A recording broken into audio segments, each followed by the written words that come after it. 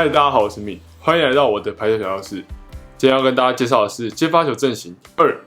那我们之前在前2支影片就是在这边有跟大家介绍到接发球阵型的基本观念，还有接发球阵型的第一要素方向。那今天我们要来讲的是接发球阵型的第2要素人数。接发球的人数要怎么样影响接发球阵型呢？在讲方向的时候，我们有跟大家介绍一个很重要的观念，叫做弧形。那这一次我们的接发球阵型的战法也是会根据这个弧形去做调整哦。所以如果不清楚的话，记得要回去看一下。那在接发球人数的部分，就是我自己个人比较建议，除了举球员，那因为他要准备第2颗的举球，除了举球员之外，我希望大家都可以接发球，不管是篮中、大炮或是副卫。那虽然有些人接比较强的球，有些人就是可以负责去接一些比较弱的球，但是全员皆兵嘛，大家都要一起接发球。每个人接发球的能力不一样，有些人比较会接，有些人比较不会接。那他们比较会接的人，我们通常会让他们去接大的，也就是接一些比较长、比较强的发球，就是像是跳发或是跳飘。那比较不会接的人，我们通常会把它压在小的，就是压在3米线左右的。那他们去接一些比较抛物线比较弱、比较短一点的小球，所以基本上我们可以分成会接发球的人去接大的，不会接发球的人去接小的。那按照这个接大、接小的这2个人数的比例去做接发球阵型的调整，就是我们今天的主题。好，那最一开始我们要怎么样判断场上可以接发球的人数？那就是平常你们比赛前一定要练习，就是大概要知道说我们这一队比较会接的有哪几个，比较不会接的有哪几个。那我们要怎么样才能去做接发球阵型的运用？那透过练习之后，我们可以安排，这个人打大炮，那个人打快攻，这个人打举球不用接，那这个人打自由。然后我们这样子去分好之后，我们就可以知道场上有哪些人比较会接发球，哪些人比较不会。好，所以我们到场上之后，我们场上有6个人嘛。那扣掉举球员就是5个人，那5个人之中哪几个适合接长球，就是比较适合去接比较强的球，像是自由，那可能2个大炮。好，那我们这样就有3支接大球的人，那剩下2支接小球的人，所以基本的接发球阵型就站出来了。我们就是当对方从6号位发过来的话，2支在前排3米接小球，3支在后排接长球。那通常接长球，我们都会站在大概6、7米左右的位置。那另外，我们就是也有可能会遇到，场上6个人，那1支举球嘛，所以5个人，结果只有2支比较会接发球。那我们可能战术上的安排，我们就会把接发球阵型变成，后排2支接发球，剩下3支压在前面接小球。那用后面这2支去做主接，然后前面3支接小球。那前面3支可能就是专攻在攻击的部分，然后后面2支专门防守，专门接发球。然后好好的把球接完之后，3支可以好好准备攻击。那另外就是我们也有可能会，大炮2支会接嘛，那甚至有1支篮中也会接，那在1支原本的自由一起接发球，所以剩下1支可能就是帮忙顾小球。那一共4支接发球的话，这种阵型我们就比较少见一点。那我们等一下会跟大家介绍。好，那这时候就会有人问，那为什么没有1支？1支接长球，其实也不是不行，但是你可以想一下，场上6支，那场地那么大，只有1支接长球的话，那这样后面场地全部都是他的，所以通常不太可能会这样，因为场地太大。那反过来说，那5个人接发呢？5个人主接其实也是一样的问题，变成说场地太小，5个人全部挤在后排6、7米那边接发球，是不是太挤了？然后结果没有人帮忙顾小球，那这样子对方发一个小球之后，就一堆人要在那边前扑，然后忙着救球，那这样子其实也不是一个好的接发球阵型。所以我们在人数上的平衡，在有前有后，你顾前我顾后，那这样子的安排之下，才会有这样子前后站的接发球阵型。那每个人都顾到自己的位置，是不是可以让接发球的效率变得更好？那我们通常都不会用1支接或是5支接，所以我们从2支接开始来分析咯。通常我们都是用几支接大球来直接讲说是几支接这样，所以2支接大球我们通常都会直接讲2支接。好，那2支接它的优点就是它比较适合去面对一些比较单纯比较单调的发球，可能对方就是简单的把球发过来，就是只是发准发稳而已。通常我们2支接会被发球影响的攻击手人数变少，也就是因为我们只有2支接嘛，剩下3支像刚刚说的都是在准备攻击，那大家就可以全力准备攻击。那2支就是专注在接发球的部分。2支接也是会有一些坏处的，就是像后排场地太大，那如果说对方没有发那么单调，比较会发那种边边角角那种边线啊底线的地方，那2支他们要负责的范围就变大。所以发在边线的话，其实他们有可能会来不及跑，然后没有办法接到旁边的球，甚至是根本连碰都碰不到，然后就直接被 A 死。所以2支接也有它的风险，就是你把人力全部都分配在攻击火力上，那接发球防守相对弱了一点。那2支接大概就是长这样，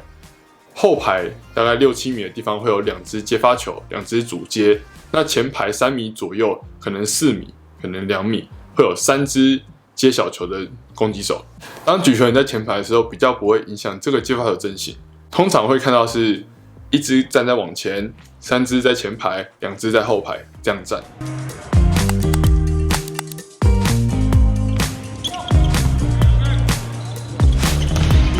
那当举球员在后排的时候，我们就要去考虑说，这个举球员需不需要跑短一点？如果可能需要跑短一点的话，就是我们要利用一些避免越位的站位，所以我们就会有一些变体，就是把前排的可以接小球的攻击手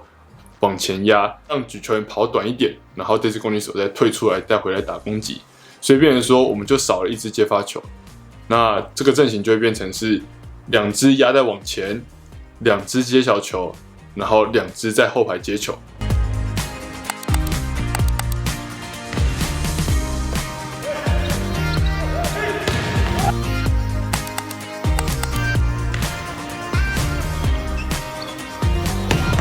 好，那我们再来看一下3支接。3支接发球非常非常常见，基本上你到外面的比赛，大部分都会是3支接。因为3支接，像刚刚说的，就是3支接的优点就是它非常的稳定，每个人刚好负责3公尺、3公尺、3公尺。因为大家负责的接发球范围是我们能力所及，就是不会太多，不会像2人接发那么多，那也不会像4人接发那么挤。所以它是一个非常稳定、非常刚好的接发球阵型。那按照刚刚说的，就是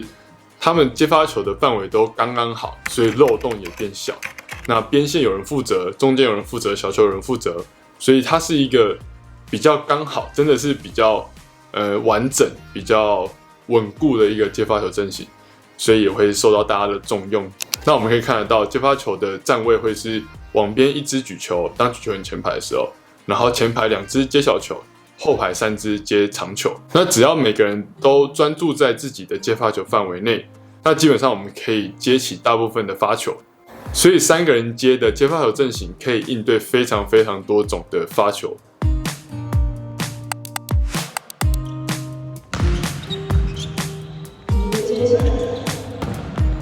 那我们来看一下，当举球员后排的时候的接发球变体。当举球员轮转到后排的时候，代表我们前排会有3支攻击手，所以按照这个逻辑，前排的攻击手的3支里面一定要有1支往后靠，才可以跟后排的另外2支一起接发球。那这个变体之后，就是可能前排右边下来帮忙接，或是前排左边下来帮忙接。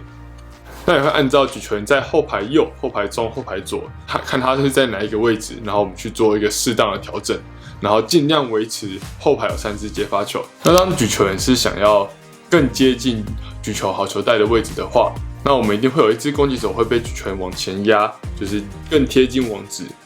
甚至可能往前贴到他没有办法接发球。那所以我们可能会变成是往边2支，那前排3米左右是有1支在接小球，然后后排3支接长球。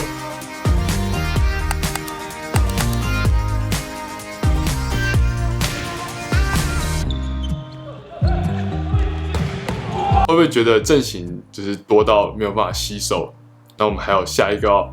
好，4人组接。4个接发球其实我们比较少会遇到，因为4个人接发球，通常我们就是每个人接发球范围变得很小、很挤，就是我可能跨一步手伸出去，我就抢到队友的球了。其实我们是为了是当对方跳发，可能发飘的或是强力发球。速度超快，很快，快到就是基本上我们没有办法跨2步再出去接，因为没有那个时间。所以速度这么快的情况下，我们可能会拉4只下来接发球，所以我们只要负责我们身上手伸得到去接的范围，这样就好。那面对这样的球，其实这个阵型真的是非常少见，因为会发得这么快的人也是真的比较少。所以4支接发的好处就是，每个人的接发球范围变小，但是坏处就是，你懂的，就是我很容易去干扰我的队友，或者是被我自己的队友干扰，互相抢球。那这个可能会造成接发球的那个球质不好。好，那这个接发球阵型基本上会是。可能举球员在前排的时候，往边1支举球嘛，然后1支接小球，剩下4支在后排接强球。因为我们还是有可能会遇到发球发太强，然后滚白带，所以前排接小球那个就要负责很大的范围。那剩下就是把很快很强的球拼起来，然后再做一波反攻。那通常这个阵型举球员轮到后排的时候的跑位比较难，因为大家都为了要接强球嘛。那前排的接小球的人只有1个，所以代表举球员如果想要往前压的话，就变成是没有人可以接小球。那举球员把接强球的人往前压的话，那后排就变3个人接发球，那其实就不是我们原本想要的。所以在这个情况下，举球员可能就要变得跑长一点，就是他要跑的距离很远。但这个阵型真的比较少见，所以我这边只有图例，那没有办法找到示范影片给大家看。好，以上就是今天的接发球阵型人数。那人数真的是影响接发球阵型的一大因素，就是你可以接大球的人比较多的话，你就可以做很多接发球阵型的变化。但是比较少的话，你可能就只能一直都是2支接，那这2支可能就真的很容易累，然后剩下3支攻击手。如果说接发球接得不够稳的话，剩下3支就一直要打修正球，然后变得就是很难打。那也很难突破，所以好好练接发球。那最后再跟大家提醒一下，就是每一个接发球的人数，每一个接发球的阵型都会有就是相对应的可以去面对、可以去应对的状况。就是当对方可能是用跳发都发很强的话，你一开始可以先用3支接，然后3支接，还是一直被死或者是很难接的话，那我们可以改成用4支接。所以这些东西都是很弹性的。那当你在场上观察对方都很爱发小球，一直发，那我们